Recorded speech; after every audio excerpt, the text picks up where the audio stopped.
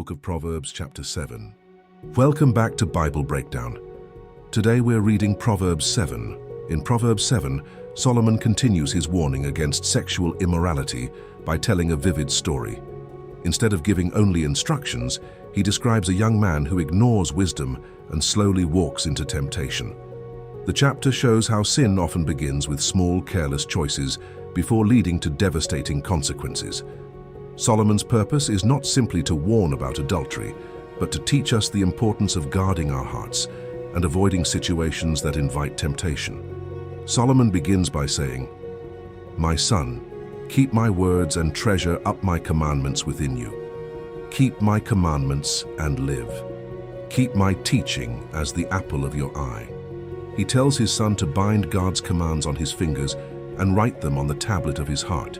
He says to wisdom, "You are my sister," and to understanding, "You are my close friend."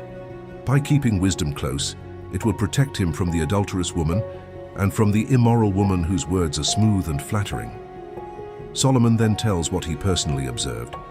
He says that he looked out through the window of his house, through the lattice, and among the inexperienced, he noticed a young man who lacked judgment. The young man was walking down the street near the woman's corner. He was heading toward her house.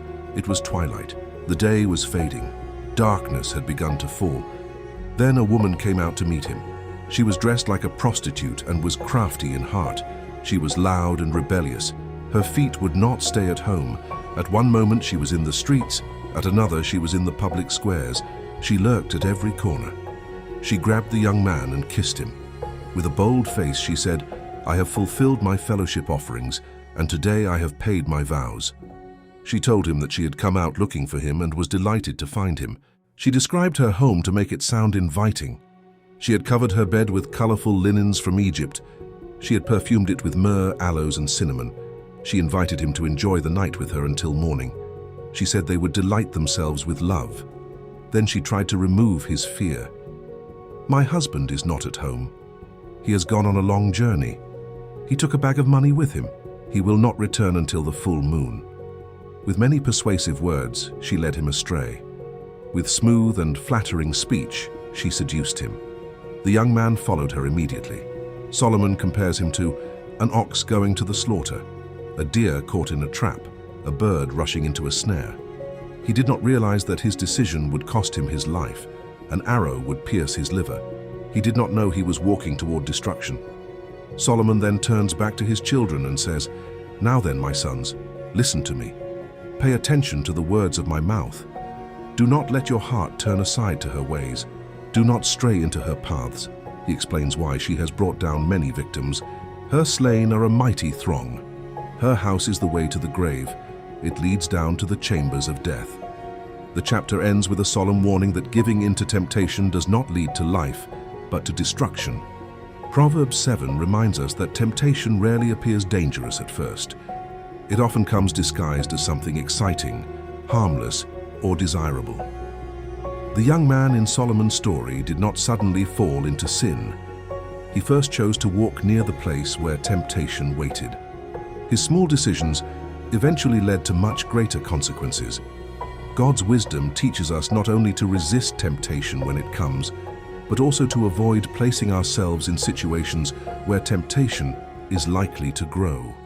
Wisdom helps us recognize danger before we become trapped by it.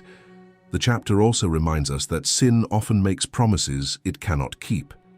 It offers pleasure while hiding the pain, regret, and destruction that follow. God's commands, on the other hand, are given to protect us and lead us to life. The lesson of Proverbs 7 is that the wisest way to overcome temptation is to stay far away from it. Solomon shows that temptation begins long before the sinful act itself. It starts with the choices we make about where we go, what we look at, who we listen to, and what we allow into our hearts. Those who treasure God's word and keep his wisdom close are better prepared to recognize temptation and turn away before they are caught. When we keep God's commands as the apple of our eye and write them on our hearts, his wisdom becomes our protection, guiding us away from the path that leads to destruction and toward the path that leads to life. If you're enjoying these Bible breakdowns and want to support what we're building, You can check out our merch at BibleBreakdownsDaily.com. It's just a small way to carry the message with you. I'll see you in the next chapter.